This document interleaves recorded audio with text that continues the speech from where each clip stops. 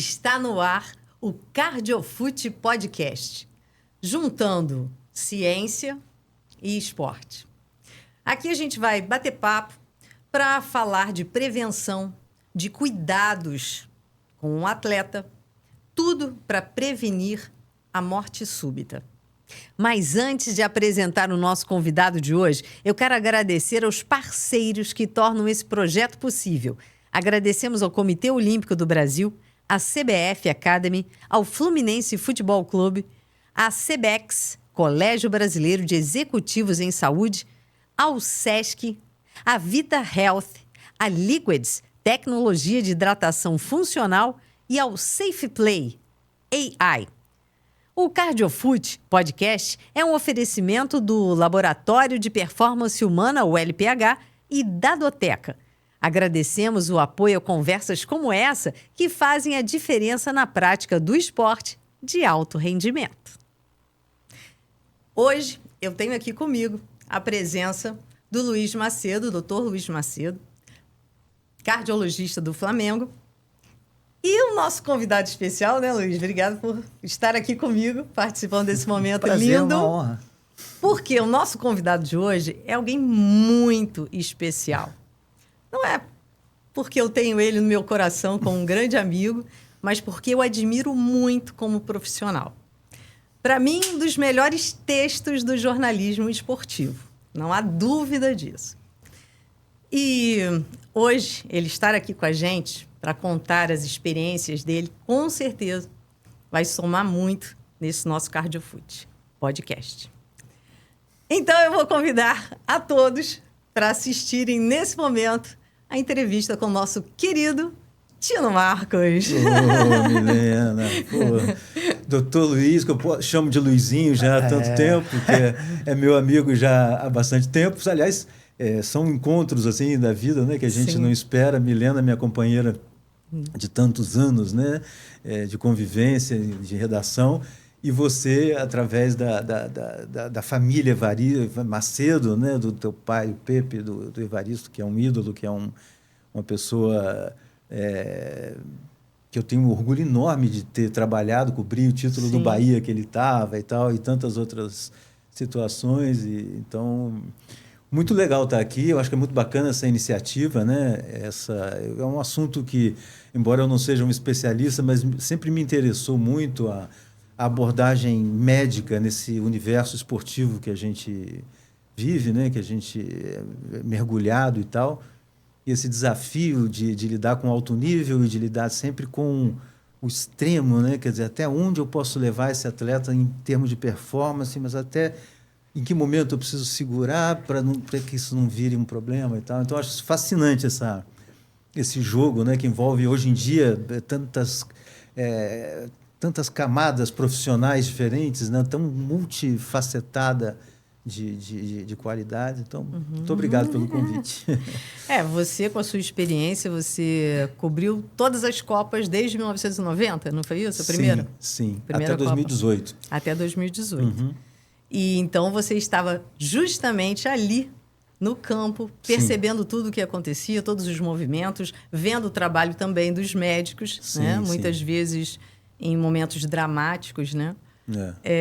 Então, a gente, de alguma forma, quer evitar, não é, doutor Luiz, que isso aconteça. Exatamente, então, cada vez mais, com o uso também da IA, para ajudar nos diagnósticos, né? Precoces, né? Sim. Para poder evitar esses problemas. Eu, primeiro, gostaria de agradecer a presença do Tino. Como ele falou, um amigo de longa data, já conhece a família mesmo antes de eu... Não, a gente tem uma relação já de mais de 10 anos e, como ele falou, né, tem a questão familiar do meu avô e a gente conseguiu cultivar essa amizade por tanto tempo e, para mim, é um prazer tê-lo aqui. Tão acostumado a vê-lo, né, cobrindo a seleção, enfim, grandes eventos. E, como ele disse também, hoje, o futebol mudou muito e ele passou por essa transformação. Eu acho que é muito importante você estar presente com a gente aqui, Tino, para debater, contar um pouco da tua experiência, dizer para a gente da onde você veio, do que você viu e como o futebol é hoje. Isso aí faz muita diferença, porque a gente precisa sempre pegar os exemplos lá de trás e trazer para o presente, para o futuro, como você falou, Milena. Questão da inteligência artificial. E o Tino é um nome aí super renomado, expoente no nosso jornalismo. E ter você aqui é muito importante para a gente. Obrigado. E a primeira pergunta não pode ser outra, né? Tio, você não está com saudade, não, dos campos, Tio? É verdade. Poxa vida, porque tá eu fazendo sinto muita a maior falta de ver suas matérias, seus Obrigado, textos. Obrigado. Não, mas não só a torcida do Flamengo, todas as torcidas, porque é o que todo mundo me pergunta. Eu falei para o Galvão, foi muito engraçado. Eu falei para ele, Galvão, esses anos todos, nós trabalhamos 18 anos juntos, né? Nós, né? Depois eu saí. O que eu mais ouvi era, poxa, o Galvão odeia o Flamengo, né? Dá para perceber que ele não é rubro-negro. E eu ficava assim. Eu falei, pois é, ele ainda não tinha declarado, né? Qual era o time dele. O filho dele ainda não tinha contado. E aí era sempre a mesma coisa. Ele deve ser corintiano. Não sei o que, era sempre a mesma coisa. Aí eu falei isso pra ele, ele falou, é mesmo, Helena? Eu falei, Então, com você, as pessoas me perguntam o tempo todo, poxa, o Tino, hein? Por que ele saiu? Ele não vai voltar? Então responde aí, vai. O que eu posso dizer para as pessoas? Pode dizer para as pessoas que eu estou super feliz com a atitude que tomei, com a vida que tive, que foi muito além de tudo que eu projetei para mim.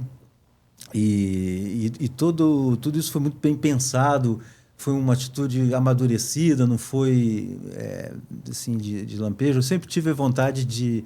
Era um sonho assim, meio secreto assim, que eu tinha, de sair da Globo feliz, assim, de ser um casamento que acabasse feliz, digamos assim, antes que houvesse qualquer desgaste. Então, eu me programei muito nesse sentido, né? Para que, antes de começar a tocar para o lado, eu falei, eu vou continuar 100% até o meu último dia de TV Globo. E assim foi. Assim, sempre, modéstia à parte, sempre fui muito focado, muito dedicado. E isso levei até o fim. Porque eu não queria realmente viver do nome, viver com os espaços que essa condição permite, né? Então foi isso. E aí era também você também conhece a minha família, conhece a Virgínia, e ela segurou muito a barra lá em casa com as filhas, assim, a vida inteira. É uma vida maravilhosa que eu tive. Eu sou super grato à vida profissional, mas tem um custo que você, como mãe também, sabe, ela segurou muito a barra, a onda em casa, tal, com as meninas, e me poupando de notícias e tudo, para que eu pudesse, na próxima viagem, não ter preocupação. Então, assim, eu também queria uma vida mais voltada para elas, uma coisa assim, e sem parar de trabalhar, mas sem nada continuado, sem nada com tanto compromisso, assim. Então, foi ótimo, fico super grato e desfrutando desse gostinho de querer um pouquinho mais, né?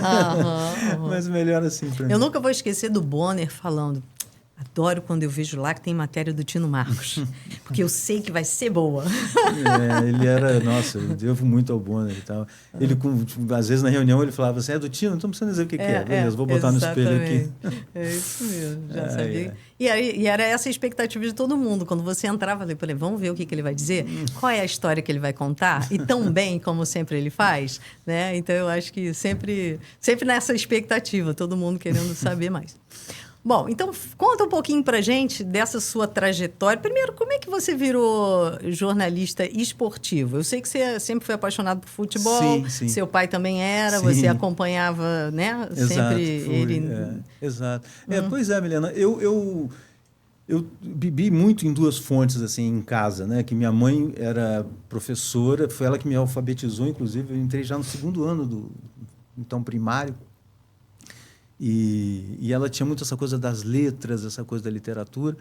E o meu pai era aquele boleirão fanático. Foi na casa, inclusive, eu levei ele para conhecer o Evaristo. Foi uma delícia, né? Porque eles tinham a mesma idade. Meu pai já se foi, mas tinham a mesma idade. E meu pai lembra de um monte de coisa da época em que ele foi para a Espanha, enfim.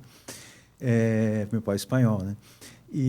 Então, assim, eu vivi esse casamento de maneira muito clara, assim. Eu acho que assim a coisa do escrever, do contar história e tal, do jornalista, da mãe, e a paixão pelo futebol e tal, e pelo esporte em geral, do pai. Então, eu vejo que praticamente todos os jornalistas esportivos que têm sucesso, assim, foram crianças apaixonadas por esporte, assim, sabe? Normalmente trazem isso já, né, em sua essência, né?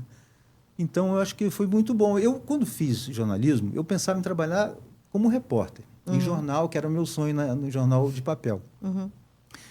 E ponto, assim, se fosse esportivo, maravilha, mas queria qualquer coisa, né? E surgiu a possibilidade de entrar para esse mundo do esporte através do Jornal dos Esportes, né? O velho Cor-de-Rosa, um jornal muito tradicional aqui, que os mais jovens não conhecem. E agora, inclusive, está tendo uma edição digital muito legal também, do Jornal dos Esportes. E dali continuei nessa estrada do esporte a vida inteira, né? Então, foi muito legal, foi muito realizador. Pude fazer outras coisas também, eventualmente, né? A gente fazia carnaval, fazia política, fazia um monte outros eventos jornalísticos. Outros eventos, né? Globo Repórter, fiz alguns fora do esporte, foi muito legal também. Então... A gente da época que não... A gente não podia falar para que time torcia, né? Claro. E, de repente, teve um momento, o Zé Carlos Araújo, né, que também está sempre aqui, ele falava sempre, vou falar do golão do Mengão, da Milena Ciribelli, não sei o quê, aí o Mengão da Milena, aquelas coisas. E aí ele me pediu para gravar umas vinhetas. Antes disso, algumas pessoas se tocavam. Depois que eu gravei vinheta, aí não teve mais jeito. Sim. Mas eu conseguia também passar essa imparcialidade no ar. Claro. Ninguém reclamava. Mas um repórter que está em campo é muito complicado, né, Tina? É muito complicado. Porque sempre as pessoas cobram. O que você está fazendo aqui, cobrindo esse time, se você torce para outro? Não há dúvida, não há dúvida. E eu acho que é isso. Acho que tem diferentes situações. Para uma apresentadora, eu acho que não há problema nisso, porque ela não Mas no vai... início não deixava eu falar, não. Demorei, né, a falar. Só depois que o Mas, Zé enfim, Carlos jogou no mesmo. ar. A gente, os repórteres, a gente se infiltra, se mexe no seio das torcidas. E é perigoso, né? São Januário, para chegar no campo, você passa no meio da torcida, no meio das pessoas. Então, se você for uma pessoa não grata ali, quer dizer, se você é Flamengo, vai passar ali pelo Vasco, sabendo que o Flamengo... É a sua pele que está correndo risco. Fora a questão toda da abordagem, a questão do conteúdo, que você diz, ele é Flamengo, por isso que ele está falando isso. Então, quando o Galvão, o pessoal diz, ele não gosta do Flamengo, eu acho que isso é um elogio, porque está mostrando que ele não está puxando brasa para o Flamengo. Quer dizer, se as pessoas acham que ele não é Flamengo, então, né? Então, realmente, eu demorei também. Foi Ana Maria Braga. Quando eu saí, ela fez uma grande homenagem lá, foi muito bacana e tudo. E aí eu falei, então, vou dizer, vou revelar e tal. E hoje eu não vejo o menor problema em dizer que sou Flamengo e tal. Então, você nunca passou nenhum perrengue, assim, por causa disso, né? Porque você não falava... Não. E eu tive a sorte de cobrir muito seleção brasileira, assim, né? E de ser... Acho que eu não tenho um sotaque carioca muito forte. E como era a seleção, era uma coisa muito nacional, assim, eu acho que as pessoas nem sabiam muito que eu era carioca, entendeu? Aquele cara ali que faz seleção e tal. Então, nunca fui relacionado a Flamengo, nada disso e tal. Mas eu acho que tem que ter, realmente, o repórter tem que ter muito cuidado. E durante essa trajetória toda, você teve que, em algum momento, lidar com uma situação, por exemplo, nós tivemos ano passado também o Washington Coração Valente, que teve um problema muito sério. Você teve proximidade com esses jogadores na época? Eu lembro de você fazer matéria, né? Sim, não, eu já vi muito susto brabo assim em campo. Eu lembro agora não me foge o nome do jogador de Camarões na Copa das Confederações de 2003, eu acho. O Vivian foi. Estava lá também e... Não, enfim, sustos assim muito grandes. Eu estava do lado ali do Ricardo Gomes quando ele teve o acidente. E, enfim, tanta coisa que é passível de acontecer, né? Corridas de rua também, já vi situações difíceis assim e tal. Mas... faz parte, a gente vê em tudo que é lugar também, não é só no campo, não é só na arena esportiva, né? Você vê em todo o setor da sociedade e tal, né? Mas sempre é um choque, claro. E ainda mais assim, quando você está falando de esporte, está falando de alegria, então você ter essa abordagem é realmente difícil, mas eu acho que se há assim, eu acho que o futebol ele avançou muito em todos os campos, sabe? Eu acho que isso é maravilhoso, assim, sabe? O futebol, a preparação física avançou demais, a preparação específica de cada característica dos atletas está muito voltado. E também o trabalho de recuperação e o trabalho de como eu diria assim, de regenerativo, né? E o de recuperação também de lesões, assim, né? Tudo muito desenvolvido. Eu acho que as precauções muito bem tomadas, assim. Isso me passa assim, esse mundo do futebol, uma condição realmente. Eu sei que o Dr. Luiz vai viajar com o Flamengo para altitude. Eu sei que ele vai tomar todas as medidas ali e tal para proteger os jogadores na medida do possível. Foi até a pergunta que eu te fiz, né? No dia que a gente estava gravando a chamada do CardioFoot, que o Flamengo ia para Cusco, né? Como é que é isso, né? A gente estava conversando em off aqui, menina, que pegando o histórico do departamento médico em si. Antigamente existia a figura do médico, a figura do massagista e, no máximo, a nutricionista que fazia a refeição dos atletas. Hoje, se você pega um departamento médico, são 20, 30 pessoas em diversos setores, segmentos que até, vamos botar aí, 1, 2 décadas não existiam. E hoje a gente vê que são fundamentais no funcionamento do departamento. Então, da mesma maneira, a parte médica, existem alguns cuidados que a gente tem que tomar relacionados à altitude e outras situações. Eu não tomo essas decisões sozinho, né? A gente chama o nutricionista que muda alguma outra coisa relacionada à parte de nutrição, de suplementação, os fisioterapeutas que estão ali no processo da recuperação. Hoje o futebol evoluiu na parte física, mas uma das coisas que a gente também corre muito atrás é como recuperá-los, né? Porque o calendário congestionado, da forma como é hoje, com viagens, jogos sempre muito intensos, se o atleta não se recupera, não consegue manter o nível, né? Então, nesse ponto, o acréscimo dessas pessoas ao departamento médico, isso foi fundamental. Sem isso, certamente, acho que o futebol não conseguiria chegar no ponto que está, do ponto de vista físico e de performance. Você já pegou algum atleta, algum jogador que parecia bem fisicamente e, de repente, descobriu que tinha uma cardiopatia? Já. A gente tem uma das coisas que hoje é recomendado, na verdade não recomendado, é obrigatório, né? É estabelecido pela FIFA, pela Conmebol, pela CBF. Existe uma avaliação pré-participação que a gente é obrigado a fazer e tudo documentado periodicamente, pelo menos uma vez ao ano. E já aconteceu em algumas situações de chegar um menino, um garoto, enfim, forte, sem histórico, sem antecedente de nada, mas que quando a gente faz essa pré-participação, a gente acaba detectando alguma coisa importante e aí chega um momento ruim de ter que dar notícia. E, felizmente, passei poucas vezes pela situação de ter que excluí-lo da sua atividade desportiva. Hoje, a medicina do esporte evoluiu, a cardiologia do esporte evoluiu bastante, né, dentro da minha área.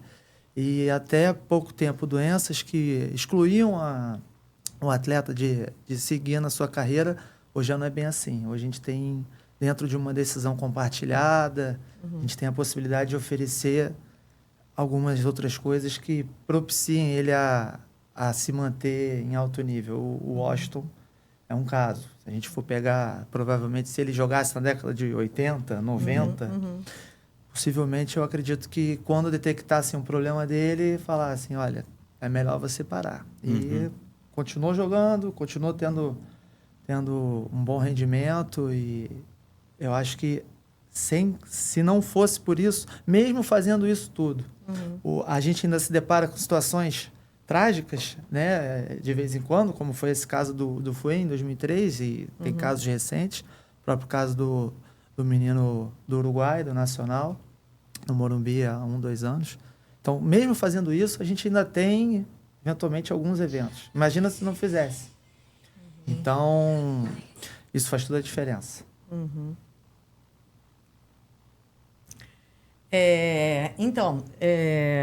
No caso, por exemplo, do Ganso, ele declarou, né, no ano passado, ele estava contando sobre o que aconteceu com ele. Ele disse que ele achava que todo mundo sentiu o que ele sentia, né? E Como isso nunca foi detectado? E, de repente, ele apareceu com um problema. No caso, ele teve... Estou falando aqui porque ele já divulgou publicamente, né? Então, não é nenhum sigilo médico. Sim. Quem cuidou dele foi o Fabrício, Sim. Dr. Fabrício Braga. Então, essa situação específica do Ganso, ela é uma situação aguda. Então, ele... Não foi algo progressivo, Não, que de repente piorou? Não? Existem situações progressivas, mas existem também situações agudas, né? No caso dele, foi uma miocardite, uma inflamação do músculo cardíaco, que normalmente é originada de uma virose, de um quadro gripal. Então, é algo que passa muitas vezes despercebido. E aí, semanas depois, eventualmente, esse vírus pode acometer o coração e gerar essa inflamação, né? Esse termo que a gente usa, miocardite. E dentro da miocardite existem alguns graus. A gente, obviamente, ele fez toda a avaliação com o Fabrício, precisou ficar um tempo afastado e aí, determinado tempo depois, verificando que estava tudo ok, o Fabrício teve segurança de devolvê-lo ao futebol. Que bom. Ele teve sorte, né? De poder voltar e voltar bem. Uhum. E, Tino, fala um pouquinho de seleção brasileira. Sua experiência na seleção, que foi tão grande, foram tantos momentos importantes. Milena, falando assim, tirando as obviedades assim da trajetória minha, eu aproveitando assim, esse gancho da abordagem médica, eu acho que há um médico que não tem, historicamente, a valorização que deveria. Eu acho que é o José Luiz Runco. Assim, pelo episódio de 2002, sabe? Que eu acho que pouca gente se dá conta do tamanho da façanha daquele ano, né? A gente tinha no Ronaldo quase um ex-jogador. Eu lembro que uma vez eu fui na casa dele quando ele estava se recuperando um ano antes da Copa. E o cara na redação falava comigo: tá na casa desse ex-jogador, eu tampando para ele não ouvir, tá na casa desse ex-jogador e tal. Então as pessoas não acreditavam no Ronaldo. Sim. E ele foi simplesmente o melhor da Copa. Ponto 2, Rivaldo. Um jogador que chegou à Copa do Mundo com problemas importantes. A seleção que jogou essa Copa na Ásia, né, no Japão e na Coreia, passou pela Malásia de adaptação, mas o primeiro passo de adaptação foi em Barcelona. A seleção se reunia em Barcelona, treinava no Barcelona, no clube, dali indo para a Malásia. Durante um treino da seleção, chega o médico do Barcelona, o médico oficial do Barcelona, reúne a nós ali, repórteres na rodinha que estava todo mundo, chama ali todo mundo e diz categoricamente que, infelizmente, Rivaldo não tem condições de jogar a Copa do Mundo. Rivaldo não pode jogar essa Copa, ele tem uma lesão séria. Aí foi aquele auê, todo mundo correndo com a notícia, aquela coisa, aquele impacto, né? Um jogador tão importante. E foi uma situação tão delicada que o Runco teve um start assim, falou assim, não, pode reunir todo mundo aí que eu vou falar também. E aí reuniu todo mundo e falou assim, eu, médico da seleção brasileira, estou garantindo no dia de hoje que o Rivaldo vai jogar a Copa do Mundo. Posteriormente, até ele me disse que não tinha 100% de certeza, mas ele precisava, naquele momento, de uma contraposição àquela fala tão devastadora que foi do médico do Barcelona. Sim. Tentando influenciar a imprensa brasileira a dizer que o Rivaldo ele ia acabar sendo cortado, que não tinha condição. Sim. E aí a recuperação foi feita de uma tal maneira que há dúvida até hoje quem foi o melhor jogador daquela Copa, se foi Rivaldo ou se foi Ronaldo. Sim. Então, assim, é uma virada, sabe, tão bonita, assim, simplesmente os dois protagonistas de uma Copa do Mundo, a última Copa do Mundo vencida pelo Brasil.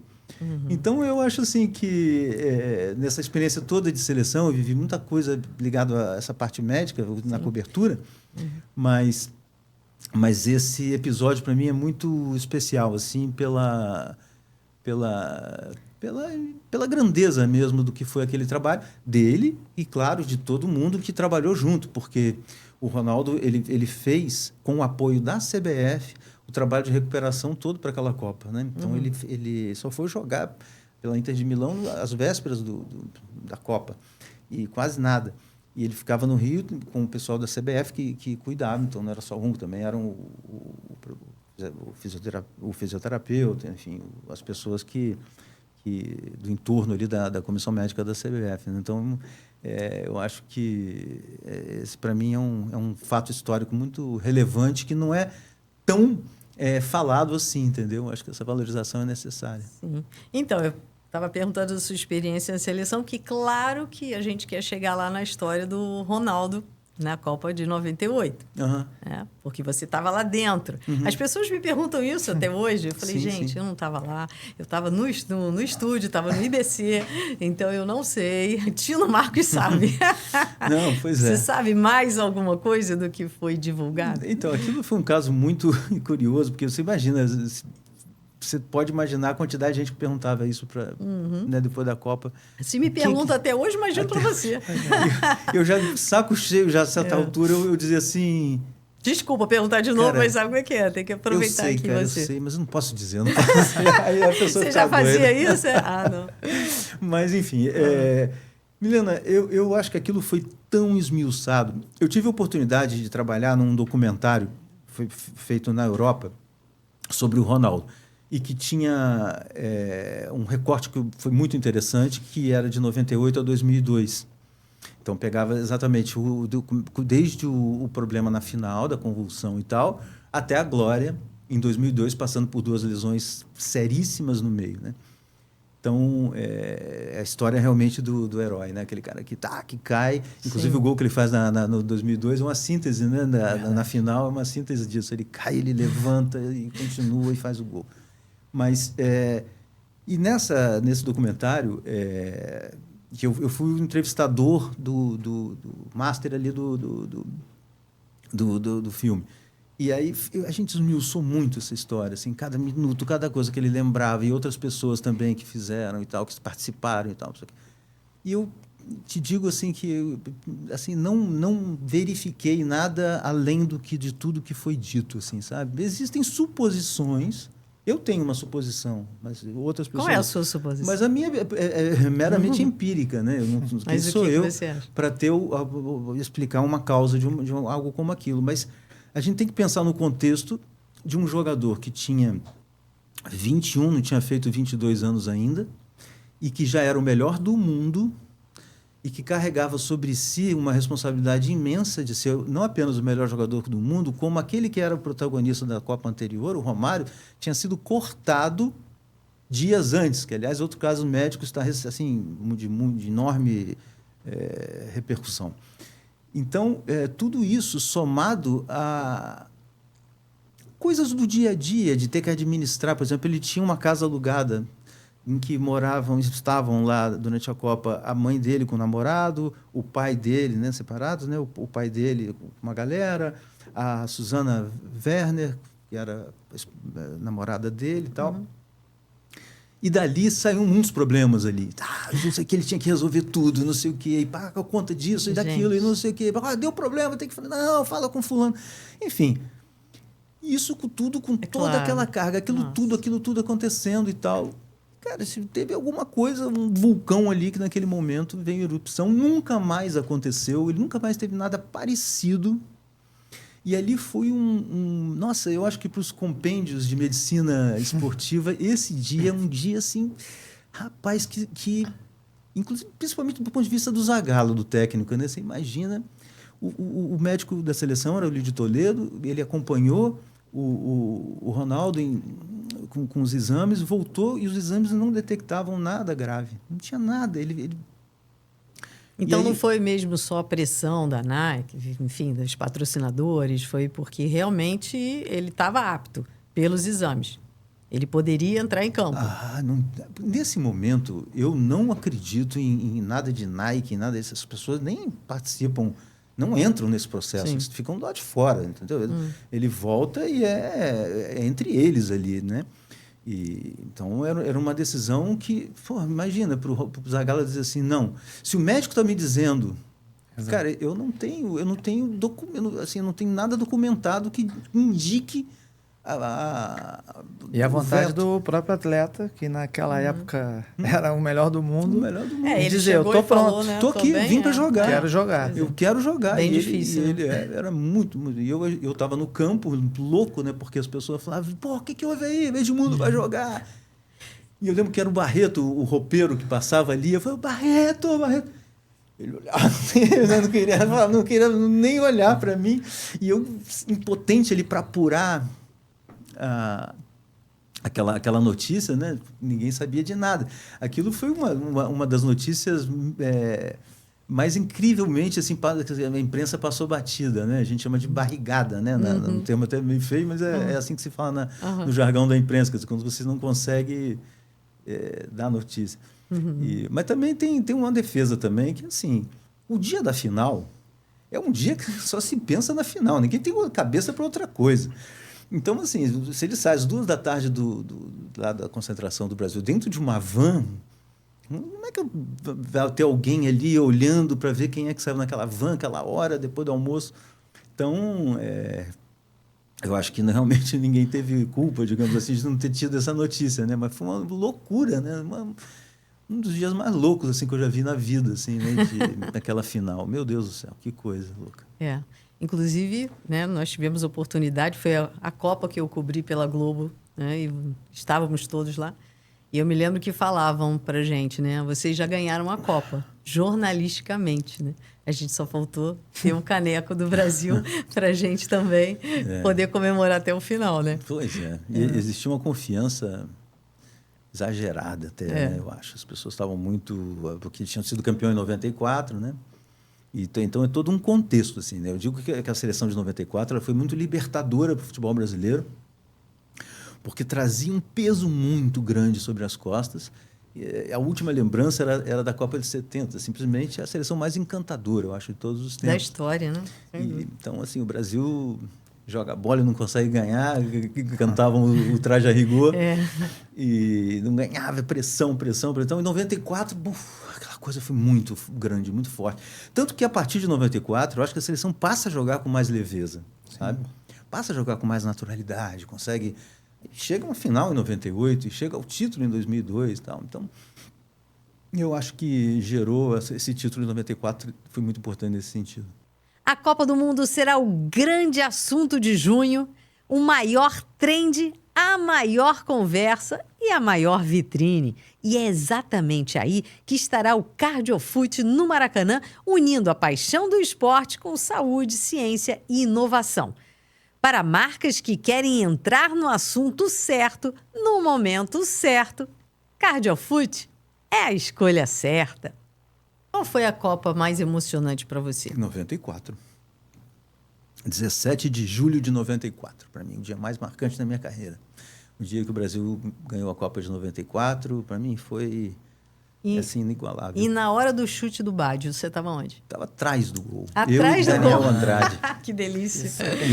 Eu e o Daniel Andrade vimos aquela bola passar maravilhosamente por cima. A gente se abraçou. E aí? Nessa hora dá para ficar só no profissional? Eu chorei ali. Mas eu estava numa missão ali muito louca, muito doida, que a Globo jamais faria isso novamente, né? Acho que isso não, hoje em dia, nem pensar. Mas o fato é que, na época, não podia entrar repórter em campo. De jeito nenhum.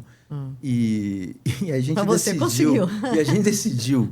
Como era o último jogo, foi se tirar a credencial, tirou e tal. Tem uma vaga de auxiliar de câmera. E aí, o cara para puxar o cabo, fazer ali, ajudar o câmera. E Você foi de auxiliar? Eu fui de auxiliar. Ótimo, a engenharia, o pessoal da engenharia da Globo me ensinou a montar microfone e o retorno. Porque quando eu entrava no campo, eu não podia ter nada que caracterizasse um repórter, né? Uma bolsa com um monte de coisa solta assim e tal. Sim. O cara olhava, ok, vai.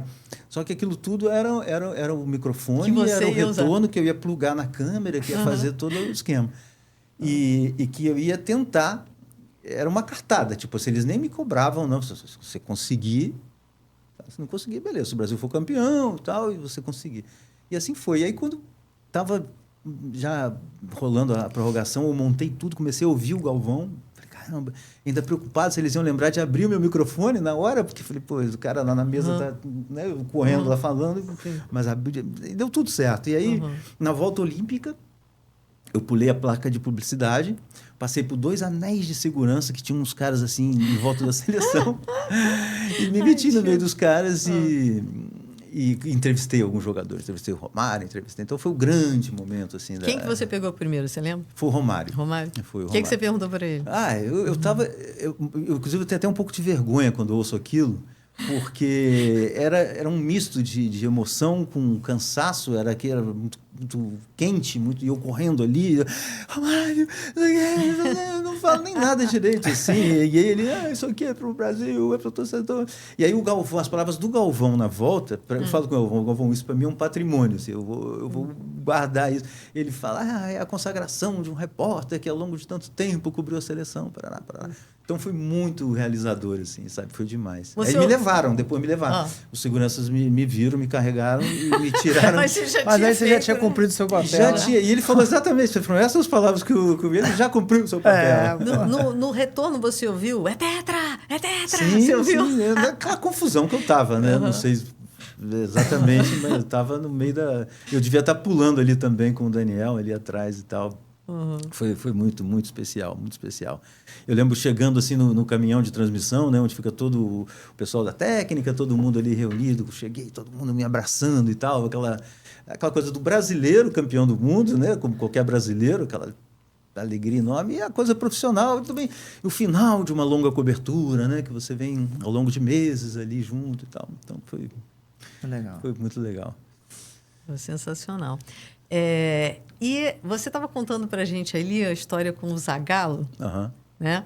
Porque o Zagallo, nosso tetracampeão único, né? Tetracampeão do mundo, como jogador, como técnico, né? Coordenador, enfim. E ele sempre foi uma pessoa... Eu entrevistei algumas vezes, você várias, né? E o Zagallo era uma figura muito intensa. Né? E você estava contando que aquele momento que ficou na história também do Zagallo, você vai ter que me engolir. Você estava lá entrevistando ele, né? Nossa. Eu e o Fernando Fernandes da Band, a gente estava junto na mesma pegada ali. Mas eu que abordei o Zagallo, porque esse jogo foi na altitude, 3.800 metros, lá em La Paz, e ele já tinha 67 anos, mais ou menos, e ele estava roxinho, sabe? Eu estava até meio preocupado com ele. Eu falei, será que está tudo bem? E eu não quis chegar assim, de supetão perguntando. Antes eu falei, Zagallo, dá para falar? E eu notei que ele falou, dá para falar sim, pode vir, não sei o que e tal, aquele jeito assim. E aí ele tinha aquilo tudo para dizer, né? Aí ele desvia o olhar da gente, dos repórteres, e olha para a câmera e diz, e esse recado é para você. Vai ter que me engolir. É maravilhoso. O Zagallo é uma das pessoas mais acessíveis que eu acho que o futebol já teve, sabe? Sim. Ele era impressionante. Eu lembro de uma passagem assim, fortuita, assim, em Salvador. Era um amistoso que a seleção fez em Salvador, contra a Holanda, eu acho. E no dia seguinte, de manhãzinha, a seleção ia embora. Ia sair do hotel. E eu estava lá, nem dormi, com as pessoas também, quase nada e tal, de manhã lá para fazer a seleção, gravar a seleção saindo e tal. E o jornal Hoje me pediu uma falinha do Zagallo sobre gravata. Gravata? Sobre gravata, se um nó assim, um nó assado. Era uma coisa sobre gravata. Gente, bom, eu vou tentar, minha obrigação é tentar. O velhinho não dormiu, tá aí, né? Aí eu todo sem graça, no saguão do hotel, ele saindo e tal. O Zagallo tem um pedido do jornal Hoje e tal. Pois não, podemos falar. Vamos lá, mas é sobre gravatas. Tá bom, tudo bem. Gravei com ele. E ele gravando com aquela carinha amassadinha de quem saiu do quarto. Então, quer dizer, ele... Qual era a pergunta sobre gravata? Fiquei até curiosa. O que eles queriam saber? Matéria de moda do jornal Hoje, né? E queriam saber se ele usava gravata? Qual era a escolha dele? Agora eu não lembro a abordagem qual era. Se era... A questão da gravata, se era mais embaixo, se deveria ficar... A questão do nó, enfim. Era uma matéria de moda e tal, e me pediram para gravar com o Zagallo. Mas ele é sempre muito solícito, assim, impressionante. Você também sempre foi super gentil, super generoso. Eu tenho uma história, né, com o Tino, que você se lembra da história? Eu queria entrevistar Romário e não conseguia, né? Não conseguia lá na televisão, não marcavam. Aí eu falei, poxa, Tino, queria só fazer umas perguntinhas para ele. eu vou fazer uma para o Jornal Nacional, você vai comigo. Você lembra disso? Uhum. Você vai comigo e aí ele vai estar jogando futebol aí na praia. Eu faço a minha, te dou o microfone, você chega, Romário, uma pergunta. Uhum. E assim foi. Aí fiz 1, 2, 3, aí Romário amarradão, né, respondendo. E acabou que ele deu uma resposta sobre o negócio de raspar as pernas, lembra disso? E eu acabei usando. Você usou. Milena, posso usar, mas isso aqui é trabalho de, né, em equipe. Ele me ajudou a fazer e eu cedi, claro, imagina. Tino Marcos, eu não ia ceder? Vai. E acabou o Tino dando um furo, né, no Jornal Nacional, porque ninguém tinha falado daquilo, né? Foi super divertido. O Romário, eu devo muito, assim, eu sou muito grato ao Romário, assim, sabe, pela moral que ele sempre me deu, assim, foi realmente um cara, ele sempre confiou muito em mim. E eu nunca fui bajulador e nunca fui também um crítico gratuito, né? Então, eu acho que os jogadores viam em mim, assim, sentiam segurança, esse né? caminho do meio, de uma pessoa que tem credibilidade. Eu lembro de uma conversa com o Romário uma vez, que ele já me deu muita entrevista. Ele me deu uma entrevista na véspera da semifinal da Copa do Mundo, no meu quarto do hotel. Você imagina, o cara... montei a câmerazinha e lá o Romário, o maior jogador da Copa, falando, sabe? Ele ia ter folga, falava para mim, para um ou outro só que ele falava também, eu vou dar um lugar, vou jogar futebol ali na Santa Mônica. Isso. E, então, assim, eu sempre fui muito grato a ele. E uma vez ele falando, tipo assim, pô, eu sempre te dei moral, sempre não sei o que e tal.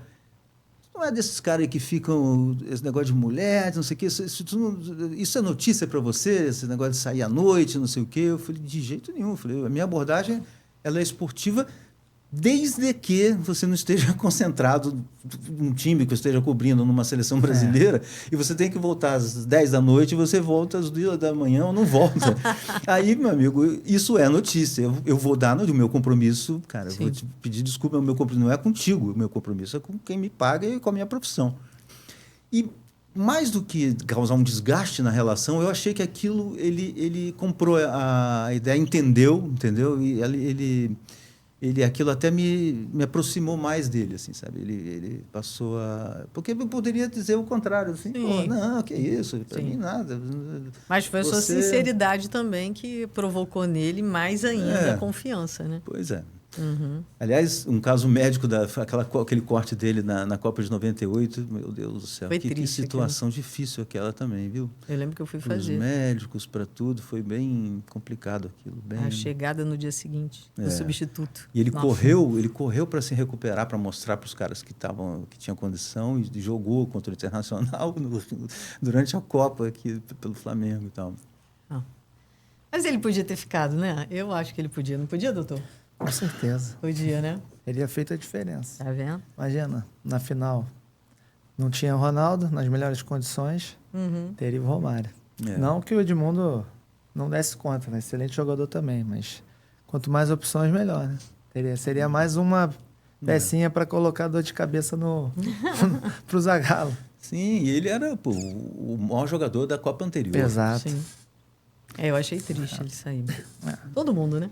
São mais dentro aí, sendo corporativista, defendendo, na ocasião, o doutor Lídio, né? Que passou por essas duas situações, em 98 com o corte do Romário e também nessa mesma Copa, na final com o Ronaldo. São decisões difíceis, né? Então, ali, às vezes, existe uma série de coisas que a gente não aparecem, né? No ambiente externo. E são decisões que nem sempre você tem tempo para tomar. Então, por exemplo, a situação da final, aquela pressão externa, óbvio que o médico é quem tem ali a palavra final, né, dentro do seu juízo técnico e conhecimento, só que, como o Tino falou, de posse de todos os exames normais, ele entendendo que não havia nada, o jogador querendo jogar, e o treinador querendo utilizar, com uma situação difícil, né? Então, nem só de vitórias vivem os clubes, os jogadores e os médicos também, né? Uma coisa que a gente conversa é que seria muito simplista pro médico simplesmente tirar ou se eximir de responsabilidade, né? Sim. E a gente brinca, fala isso, claro que o jogador é o protagonista, o treinador, mas o departamento, e não só o departamento médico, mas como todos os setores, também ganham o jogo. Né? Os bastidores são fundamentais. Vocês que vivem não só nas câmeras, atrás das câmeras também, vocês sabem que tem muitas decisões que a gente toma que para a gente pode ser algo que não seja tão relevante, que lá na frente faz uma diferença fundamental, né? Então, são decisões difíceis, mas que fazem parte do nosso ofício. Sim. E eu acho que é um campo especialmente delicado, porque quando se trata da saúde de um cidadão comum, você tem lá o diagnóstico, você tem o tratamento, beleza, porque é algo, sabe? Quando você está falando de atleta de alto nível, você lida com uma pressão, né, de que aquele ativo do clube ele precisa dar resultado, ele precisa jogar, ele precisa fazer as coisas, né? E trabalhar. Então, assim, esse diálogo entre a ciência e a alta performance, né, é bem interessante, né? A gente trabalha sempre, como a gente não falou no início, com extremo. Hora a gente vai acertar, hora a gente vai errar. O importante é que a gente sempre preserve a integridade física, né, a saúde dos atletas. Esporte de alto rendimento e saúde nem sempre são convergentes. Muitas das vezes a gente precisa, enfim, ser um pouco mais complacente e tolerar certas coisas, desde que não vá colocar a vida do jogador em risco. Só que são situações que, mais uma vez, às vezes a gente não tem tempo. Então, quantas vezes ali, pré-aquecimento, pré-entrar em campo, acontece alguma demanda, alguma coisa... Nem sempre só médica, como o Tino falou, os atletas são seres humanos, então eles têm outras preocupações, às vezes eles recebem alguma informação, enfim, eles não são blindados por completo. Então, o médico e toda a estrutura, o staff, a gente não lida só com a questão médica, né? Por trás do atleta tem um ser humano e a gente tem que saber lidar com isso tudo dentro do que a gente falou do departamento de futebol. Por exemplo, hoje uma figura que é muito importante é o psicólogo, que até 20, 30 anos isso nem tinha, não existia isso. Hoje você tem a psicologia do esporte. Não dá para ficar sem, né? Impossível. Um ambiente cada vez mais de pressão, de resultado, de performance. Eles são figuras fundamentais. E faz toda a diferença, né? Você vê, às vezes, né, numa preparação de outros atletas também, não só do futebol, né? Olímpicos, como pode, às vezes, mudar todo o jogo, né? A gente teve o caso da Simone Biles, né, na última Olimpíada, que conseguiu ter coragem de dizer não tenho condições, não estou bem, né? Exatamente. Isso é muito... Foi realmente um exemplo, assim, né? De dar a cara e dizer, sou a melhor do mundo, né? Exato. Olha onde eu estou, mas eu vou precisar parar. Isso eu achei, né? Foi São um gesto grande de exemplo para sim. Exato. Foi principalmente porque de alguma forma incentivou outros atletas. Também não estou bem, né? Quantas outras histórias que vieram depois, porque, né? Então vamos lá. Porque o atleta ele tem no imaginário das pessoas aquela imagem de um super-herói. Perfeito. Faz saúde tudo, perfeita, exatamente. Um estereótipo de um super-herói, de um deus. Só que tem toda uma questão de vida, né? Por trás, família, amigos, enfim, problemas. Tem as lesões, enfim, situações Mas realmente, acho que depois que os psicólogos entraram, muita coisa mudou, né? Sim. Eu lembro de entrevistar o César Cielo, né? Estamos falando aqui de outro esporte, mas ele lia vários livros. Vários. Aquele dia ele estava até lendo, acho que Bernardinho, outros livros de autoajuda mesmo, mas para poder trabalhar a mente dele, focar, né? Ele ficava com os tempos, né, preso no teto, na parede e tal. Então, você vê como um atleta precisa dessa disciplina, né? De se condicionar à capacidade dele, que ele às vezes tem, mas pode em algum momento falhar e não acreditar que possa realizar, né? Então... isso é uma preparação mental que faz parte, inclusive, dos algoritmos, né, que a equipe de saúde mental trabalha e cada vez mais existem evidências, ciência, literatura sobre a importância da saúde mental para os atletas, aplicando diretamente na performance. E, como você falou, Mina, não só no futebol, né, no esporte de alto rendimento. Aí existem as variáveis. Esporte de alto rendimento coletivo, onde você pode não estar num dia bom, mas de certa forma tem ali outros colegas para te ajudar, enfim. E os esportes individuais não. Aí é você e você. Isso eu acho que... Isso não existe na literatura ainda, mas eu acredito que a pressão num atleta solo deva ser... Maior ainda, né? Maior, porque depende porque no de si futebol ainda tem exclusivamente. aquilo, pô, né? Tem uma equipe ali, tem um time. Outro pode ter falhado também, pode não ter dado o passe perfeito, enfim, né? Pode acontecer um monte de coisa que também a culpa parece que fica um pouco mais diluída, né? Exato. Entre os companheiros, mas o esporte individual é mais complicado, Com certeza, a pressão é muito grande. né? Tino, lembra aí um momento doce seu com a seleção? Doce? Que te emocione mais quando você se lembra que... Poxa, esse dia de 94 para mim foi o mais Foi o sublime, mais né? alegre, mais foi feliz, o mais né? incrível, Alguma coisa assim emocionante de algum jogador que você tenha acompanhado? Não, assim, foram muitas... Foram muitas copas. Muitas alegrias, assim. Eu lembro, por exemplo, um jogo muito marcante para mim foi no torneio da França, de 1997.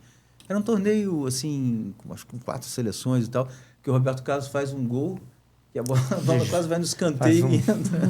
É uma maior curva que o futebol já fez e tal. Eu lembro daquilo como uma coisa muito mágica, assim, sabe? Acho que eu nunca vi um chute daquele depois, nem antes, assim, e tal. Então, assim, tem... Legal. E ele conseguiu explicar como é que foi? Ele fazia muito parecido, assim, sempre. Ele fez outros gols, assim, semelhantes. Não com aquele ângulo todo de curva. Mas ele tinha potência e efeito, né, que ele botava na bola, que eram... Não, porque Marcelinho Carioca outro dia ele explicou, até botei nas minhas redes lá. Não, porque aqui está o bico, se você bater aqui, se você vai a bola para cá... Deu certo o tempo todo, né? Uma coisa que eu acho legal, assim, a gente vê o desenvolvimento do atleta iniciando, né? E depois tendo uma carreira de sucesso. E isso o Tino teve a oportunidade de ver na seleção, né? Os atletas que eram convocados e ainda não tão renomados. Teve aquele jogo do Ronaldinho Gaúcho, né? Que ele dá o balão contra a Venezuela, se não me engano. Então você pega ele ali, menino, e depois de alguns anos você vê ele protagonista de uma seleção campeã do mundo. Isso aí é legal. Muito, muito legal. E o fato de eu estar na Globo muito tempo, de certa forma, facilitava. Assim. Então, por exemplo, o Ronaldo, ele falava no início, porra, o Tino Marcos vai me entrevistar. E tal. Imagina, era o Ronaldo falando. Então, assim, isso me ajudou muito também nessa... Tem umas passagens com o Ronaldo muito engraçadas, inclusive. Conta pra gente, conta aí. Ele, no início ainda, ele no Barcelona, mas já melhor do mundo, ele veio para o aniversário da dona Sônia, da mãe dele, que morava em Jacarepaguá. Ele tinha comprado uma casa para a mãe e tal. Aí a festa, só a gente entrou. Só a equipe, era o Antônio Gil, o câmera, e só nós que entramos e tal, era o único jornalista lá. Aí, festa rolando e tal, não sei o quê, e a galera da festa era basicamente de Bento Ribeiro, que é o lugar do subúrbio onde ele cresceu, de onde veio a família e tal. Então, era aquela galera, tal, os primos dele, os amigos e tal, não sei o quê, e do Ronaldo sem camisa, andando para lá e para cá e tal. E normal, né? O cara... Só que eles não estavam acostumados comigo e eles começaram a me pedir foto, não sei o quê. E aí o Ronaldo diz, pô, galera, deixa o Tino à vontade aí, deixa o Tino trabalhar. Pô, cara, que é isso, cara? Surreal, né? O cara que não tem lugar no mundo que ele ande, que ele não consegue andar, que as pessoas devoram ele atrás, mas ali no seio da família, onde ele é... Onde ele é já uma peça comum, para ele, o Ronaldo é uma mais. Você que era eu era o novidade, artista. Eu era o artista, né? Muito doido. Essa coisa da bolha, de onde você vê a importância, né? Só um parênteses aqui, uma história engraçada do William Bonner e da Fátima Bernardes, casados ainda, com os 3 filhos. Uma vez eles foram fazer uma visita a alguém num prédio, entraram 5, né? No elevador, e entrou um homem no elevador. E aí o menino olhou para o cara e fez uma reação assim e tal. Sim. E eles falaram, o que é isso? Tal. Quando o cara saiu para o andar dele, A porta fechou, o garoto falou assim, yes! Viu o cara das Casas Bahia de pertinho, cara. Ou seja, Bonner e Fátima para ele. Claro, pai, aquilo lá mãe, é normal. Mas, porra, o cara das Casas Bahia, aquilo era muito importante para ele. O Vinícius, né? O Vinícius é O Vinícius. De onde você olha, né? É verdade. Você que lida com jogadores e tal, no dia a dia, no Flamengo e tal, você vai criando uma relação, Sim. não sei nem se é de amizade, mas de um relacionamento que tira os filtros daquele impacto, né? De alguém que... Pô, cara, você fala com a Arrascaeta, né? Exatamente.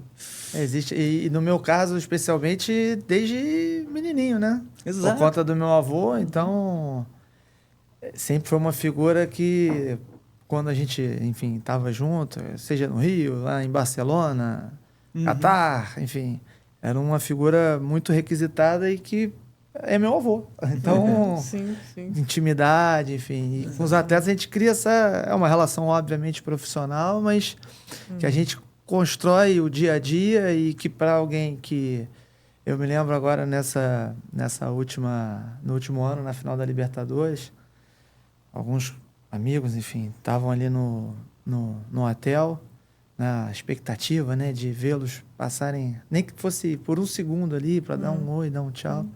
E que pra gente, a gente cuida deles, né? Tá ali no seio do clube. Então, a gente acaba tendo, às vezes a gente perde um pouco a dimensão, né, de onde a gente está. Só que, óbvio, na profissão da gente, sempre separando o que é profissional, o que não é, enfim. Ontem, por exemplo, o Paquetá se machucou, você estava lá? Estava lá. E aí? A tensão toda, sem saber se era sério ou não. Ainda bem que hoje... isso acaba...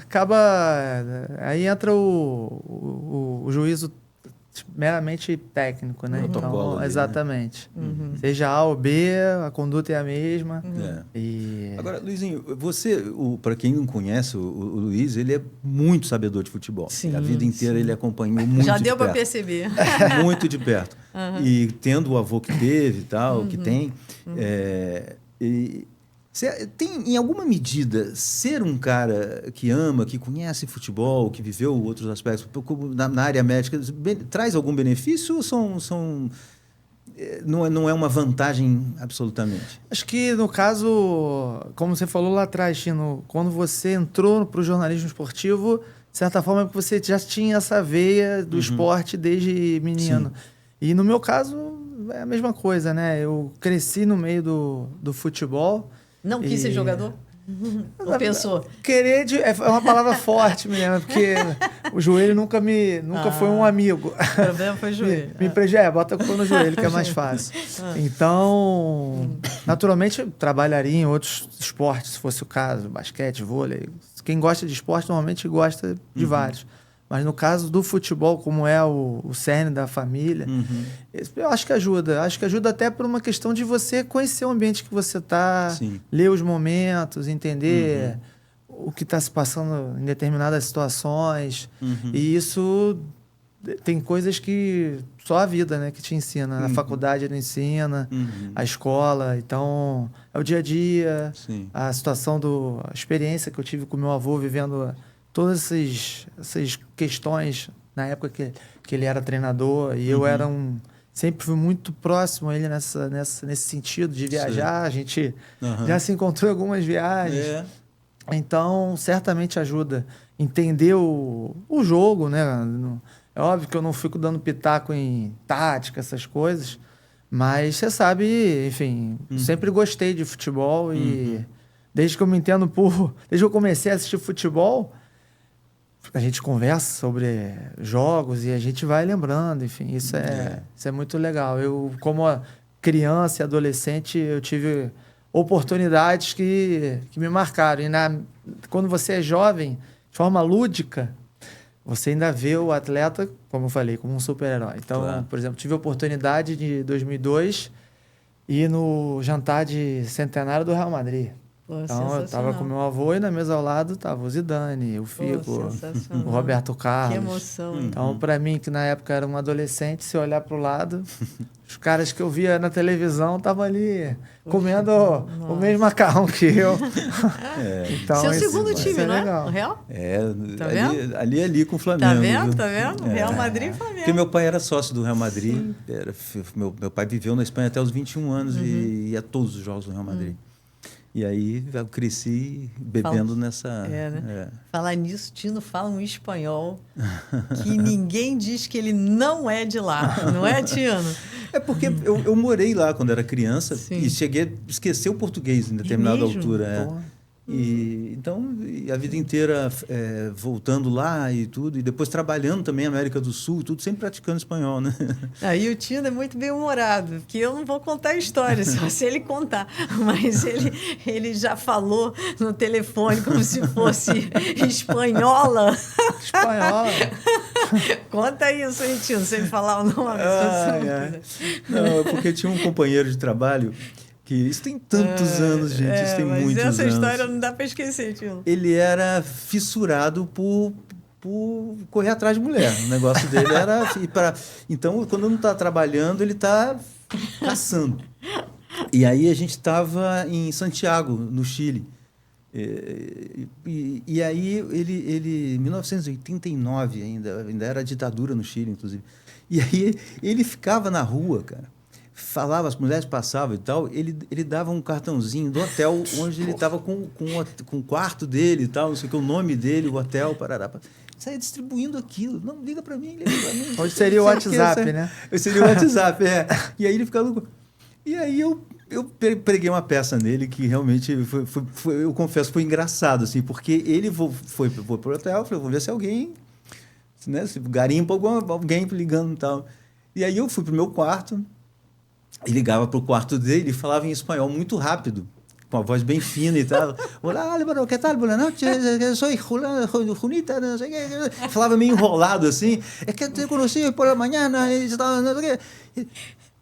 Não estou entendendo. Devagar. Não, e eu falava, só um momento. Vou chamar um amigo. Aí vem, só ouço os passos no corredor. Para te chamar. Tino. Me ajuda lá. Eu já tinha desligado. Me ajuda. O que houve, Elvinho? Estou aqui deitado aqui, não sei o quê.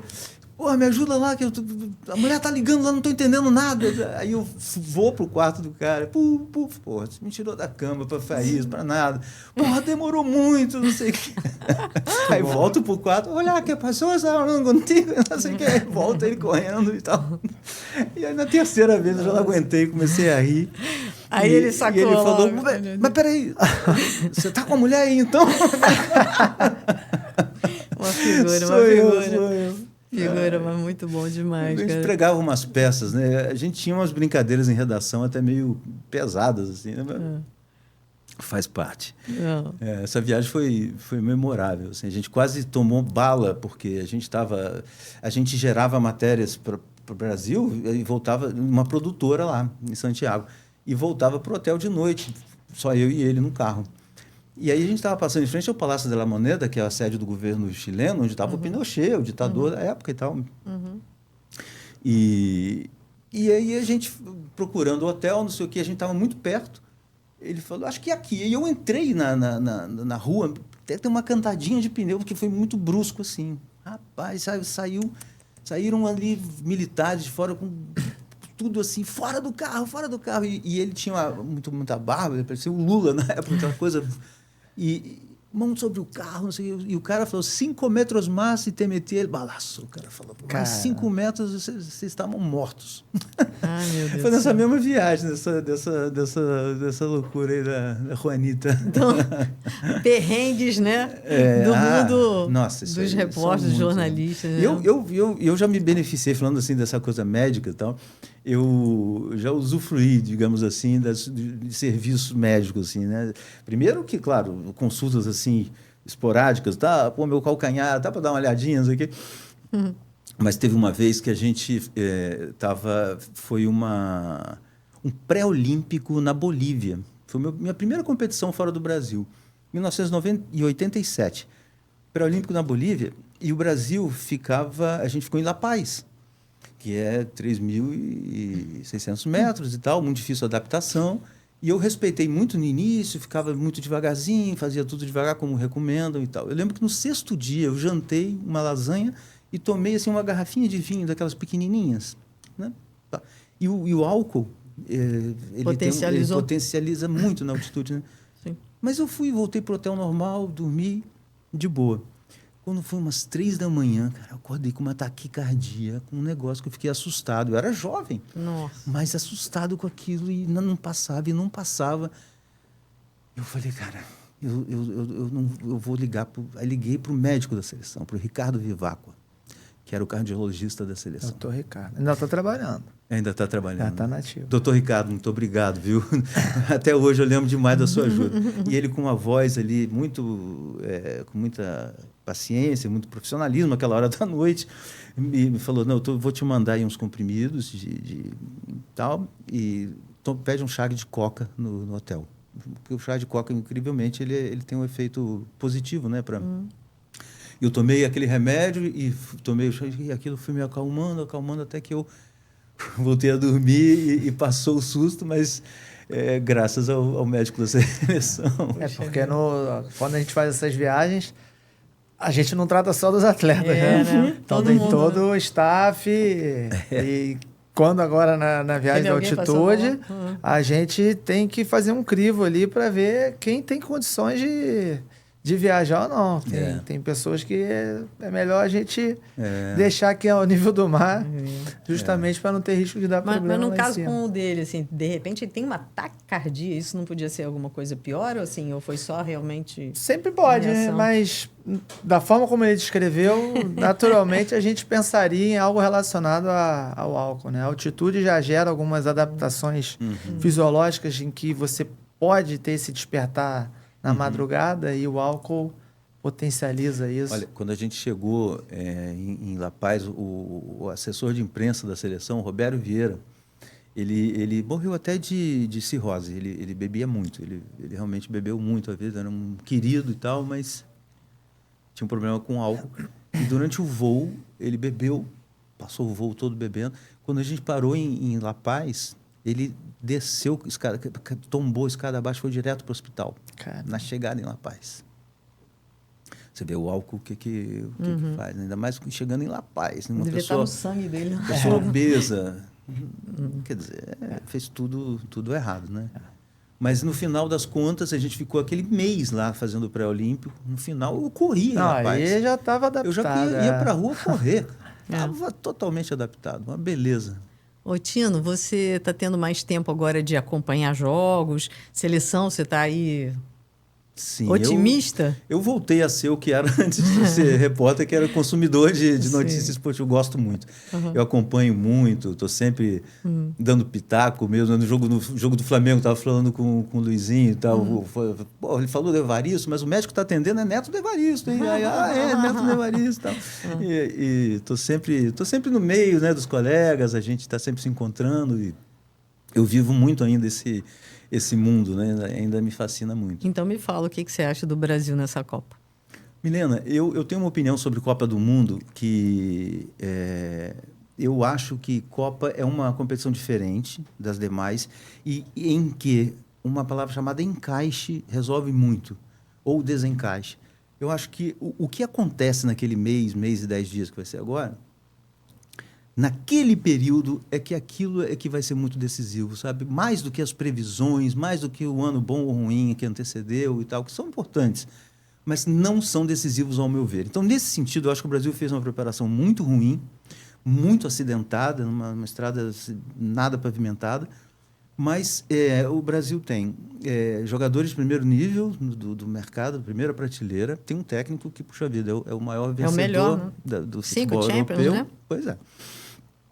E, então, assim, precisa do encaixe. precisa de acontecer aquilo que acontece nas Copas vencedoras, que é aquela zaga que era a terceira, quarta zaga, entra e vira os monstros. É o Pelé que sai com 17 anos, reserva, e vira o Pelé. As coisas acontecem assim, né, em Copas do Mundo, né?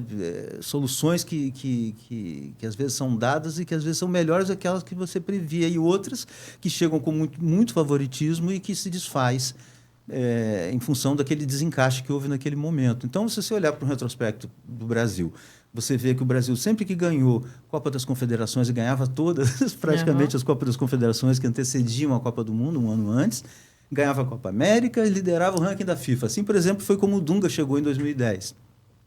Voando. E aí, pum, perde nas quartas. Aí você pega 94, o Brasil quase não classificou, foi aquele jogo histórico do Romário contra o Uruguai, 2-0, aquele drama, campeão do mundo. 2002, trocou de técnico várias vezes, passaram vários, Leão, Luxemburgo, aí o Filipão assume no final, chega e ganha. 70, o técnico assume em março para a Copa em 70, que era o João Saldanha, entra o Zagallo, e o Brasil faz o melhor time da história. Então, essa causalidade em Copa do Mundo, eu acho que não é tão preponderante. Então, nesse sentido, eu acho que o Brasil está no bolo.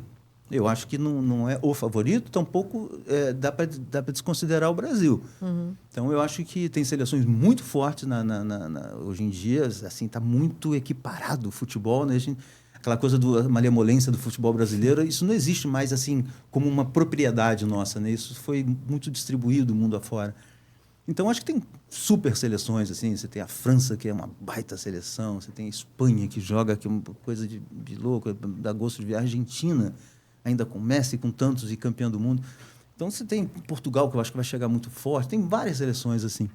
Agora, é uma Copa diferente, com um formato novo, em que você vai ter no início de seleções mais fracas e tal, vai ter um desnível, uma coisa para encaixar mais à frente. Então, por isso que eu acho que, assim, que pode não acontecer nada, mas também pode chegar ao Hexa, sim. A gente sempre tem aquele medinho, né? Nós somos os únicos pentacampeões, mas, né? Tem gente aí com 4 títulos, pelo menos a Itália não vai, né? Só tem a Alemanha para ficar ali no pé, né? Para ameaçar, pois é. Mas sempre é o medo, né? Porque a gente quer continuar que não tá sendo... hoje em dia, mas pode ser. Não, pelo amor. Depois do 7-1, né, Tino? A gente não fala nada. Né? E a camisa é uma coisa muito também preponderante em Copa do Mundo. Acho pesa, né? Você vê que são poucos os... Não há uma rodagem, uma variação muito grande de campeões mundiais. Verdade. E, de qualquer forma, quem que você acha que seria o destaque da seleção brasileira de jogador? Assim, falando em termos assim, de probabilidade, eu acho que o Vinícius Júnior é quem mais se aproxima dessa condição. É o jogador que está numa fase já mais maduro, ele já não é mais um jovenzinho e tem uma capacidade no 1 contra 1 impressionante. Ele é um cara que desequilibra, realmente ele pode desequilibrar. Só que a seleção precisa acontecer para que ele aconteça também, né? Ele não vai resolver sozinho, de jeito nenhum. Sim. Então, se diz assim, por que o Vinícius Júnior na seleção não joga como joga no Real Madrid? Porque a seleção não tem, todo respeito à seleção, mas ela não tem, ao meu ver, o padrão de jogo tão elevado quanto o do Real Madrid. É um time que se conhece, um time que tem destaques de muitas seleções. Quando tem jogos de seleção, o clube fica vazio, porque não tem jogador. Vai todo mundo para suas seleções. Então, é muito alto nível. Então, é preciso... E futebol, eu acho que é muito assim... Você entra num time azeitado, você se destaca, você vai bem, você aparece bem. Você é muito bom, mas entra num time mais ou menos, você não consegue. A gente está vendo agora o Neymar no Santos tentando remar para conseguir uma vaga na Copa do Mundo. Mas, assim, né, não é que o time do Santos seja fraco, mas é um time que não joga com um padrão de jogo definido, com um time que sabe, que tenha um lastro de comportamento, assim como outros times têm. Então, ele encontra dificuldade, ele sozinho não... Você acha que ele vai? Não sei, sabe? Você acha que seria importante ele ir? Eu esperaria até o último momento. Se eu fosse o Ancelotti, eu não vou tomar decisão. Eu vou olhar uma sequência. Se fosse o Ancelotti hoje, eu tivesse que definir, hoje eu não levaria. Porque eu acho que ele ainda não mostrou duas questões, que são o alto nível e a continuidade, a confiabilidade física. Né? Mas é um cara que pode resolver, pode entrar no segundo tempo. É uma presença, coisa, né? Tal. Uma presença que... né? É um cara de muito peso. Ai. Então, assim, eu esperaria até o fim, mas não sei. Então, se... você está falando do encaixe. Aí você está citando justamente os grandes times que têm uma equipe que já trabalha junto um tempo. O problema maior não seria esse? De repente, nós temos grandes craques, né? Individualmente, grandes jogadores, digamos, né? Não craques, mas grandes jogadores, mas que cada um está num lugar e, de repente, junta, em pouco tempo. O Ancelotti teve pouco tempo. Né? Ele mesmo já pensa em continuar trabalhando justamente para poder fazer algo mais consistente. Não seria esse o problema maior, então? Esses jogadores não terem mais tempo de... Assim, também a gente tem que considerar que foi muito ruim, ao meu ver, o ciclo, né, de preparação, mas algo aconteceu. Quer dizer, você tem estruturas ali já montadas que acontecem. Os jogadores têm algum conhecimento como time, como equipe. Então, eu acho que tem a questão da confiança. A gente estava falando aqui agora há pouco desse aspecto mental, esse aspecto psicológico que é tão importante. Você pega um Marrocos, por exemplo, na estreia, que é uma grande seleção hoje em dia, e se você vence bem o Marrocos, aquilo já te dá um gás, uma condição, uma credibilidade para continuar. Então, são esses encaixes, são essas coisas que podem levar o Brasil mais longe ou não, né? Certo. Você quer perguntar alguma coisa ainda para o Tino? Já estão olhando para mim ali, pela hora, porque o papo vai rolar aqui, né? É verdade, se deixar a gente aqui... Se você quiser perguntar alguma coisa do Tino... Na verdade, a gente estava conversando, antes de começar o nosso bate-papo aqui no ar, falando sobre o evento que a gente vai sediar no Maracanã em junho, dias 25, 26 e 27. E ali o nosso propósito, óbvio, tem a questão médica, né? Divulgar fazer um ambiente de network, de aprendizado, mas o futebol acaba que no final das coisas vira uma grande família. Então, entre diversos segmentos, jogadores e jogadores, treinadores, imprensa, e para além do ambiente técnico, científico, disciplinar, tem a questão das histórias, das famosas resenhas.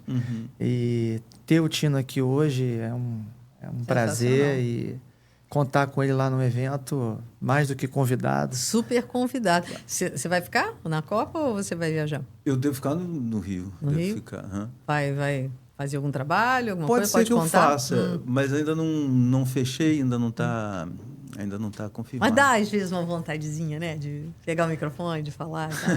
Eu tenho muita saudade de ver matéria no ar, sabe? Assim, de olhar aquele resultado. Eu também tenho, de ver sua matéria no ar, com certeza. Mas, assim, do processo eu não tenho tanta saudade. Muitas viagens também, né, Tino? E assim, eu não gosto de ser aquele cara saudosista dizendo, no meu tempo era assim, era assado. Eu sempre falei, nunca vou dizer isso. Mas, então, eu sempre quis, eu vou comer o que está na mesa. Assim, é isso que tem, é isso que eu vou fazer. Mas uma das razões também que me afastaram foi que, assim, o modelo de cobertura mudou muito, sabe? O distanciamento ficou muito grande. Então... Antes vocês tinham acesso total, a gente tinha né? muito acesso. Então, não é que eu queira ter acesso de novo e acho que deva ter, porque eu acho que realmente as estruturas vão se formando e vão se consolidando assim. Mas era mais fácil você trabalhar produzir mesmo, conteúdos legais e tal.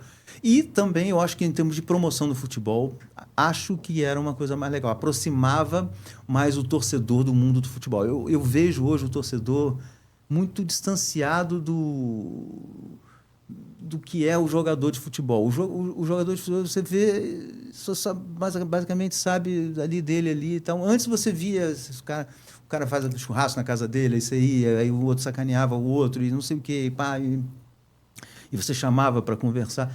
Eu sou de um tempo que é inacreditável, mas eu cheguei a chamar técnico de seleção entrevistado durante o jogo. Você imagina isso? Durante o jogo, você chamar o técnico e falar o que ele está achando do jogo. E a bola rolando. Inimaginável. É inimaginável. Isso aconteceu com o Carlos Alberto Silva, era técnico da seleção, e foi muito louco, porque uma vez saiu um gol da Colômbia, num jogo contra a Colômbia, e depois do jogo ele falou, não vou mais te dar entrevista durante o jogo, não. Pé frio. Mas não é porque ele estava desviando a atenção, uma coisa, é porque dava azar. Foi pé frio pra Coisa ele, que tá vendo? existe muito forte no futebol. Muito forte. Não, Mas- e repórter que é identificado como pé frio. Atrapalha, Isso no né? vôlei, eu lembro que tinha repórter que ia, que a seleção de vôlei olhava, não, esse vai... Coitado. Eu já vi essa história. E você teve a oportunidade de trabalhar com grandes nomes. Galvão, que é seu amigo, né? Casão. Uhum. Oh, meu Deus do céu. Tanta gente boa, né? Pelé, inclusive, né? Nossa, Pelé. Chico Anísio foi imagina. comentarista e eu repórter de campo. Sensacional, já imaginou? Que Não, é coisa. muita história, assim, o Datena, o Datena, eu trabalhei com o Datena no campo, ao mesmo? vivo. Ele trabalhava em Ribeirão Preto, ele era de Ribeirão Preto, e era um jogo entre o Botafogo de Ribeirão Preto e alguém, eu me lembro, e eu do lado de alguém, acho que de São Paulo, no time de São Paulo, e o Datena, nós dois ali e tal, muito tempo atrás, assim, né? Muita história, muita coisa. Muitas coisas boas, né, Tino? Poxa, a sua experiência de vida profissional sensacional. Obrigado por dividir um pouco com a gente, né? A vontade é continuar aqui, continuar perguntando mais, lembrando mais momentos, Exatamente. né?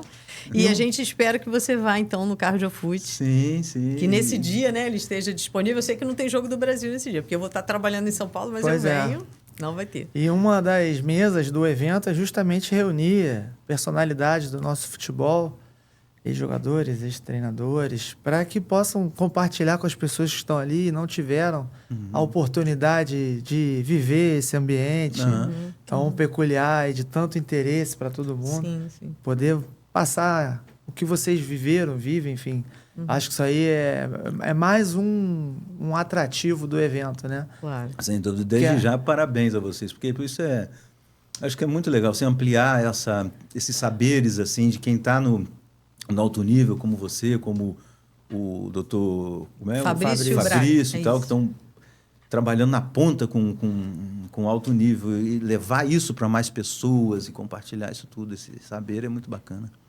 É isso esse é o objetivo, né? Exatamente. E do Cardiofoot Podcast também, né? Para a gente poder resenhar e Sim. já mostrar para as pessoas que também tem alguns caminhos que a medicina, junto com a inteligência artificial, já estão buscando para melhorar a performance de todo mundo. Exatamente. Né? Estamos chegando ao fim do episódio e, mais uma vez, eu quero agradecer aos parceiros que acreditam na união da ciência, da saúde e do esporte. Agradecemos ao Comitê Olímpico do Brasil, à CBF Academy, ao Fluminense Futebol Clube, à CBEX, Colégio Brasileiro de Executivos em Saúde, ao SESC, à Vita Health, à Liquids, Tecnologia de Hidratação Funcional e ao Safe Play, AI. O Cardiofoot Podcast é um oferecimento do Laboratório de Performance Humana, o LPH, e da Doteca. Eu sou Milena Ciribelli e agradeço também a vocês o apoio e peço, fique ligado. Muito bem. Tino, muito obrigada. Obrigado, Milena. Alegria te ver de novo. Muito. Assim, Obrigadão. você é uma super querida. Obrigada, Nada, doutor Milena, Luiz. foi um prazer. Tamo Tino, junto. muito Valeu, obrigado. Luizinho. Que isso. Valeu, gente. Até a próxima. Tchau.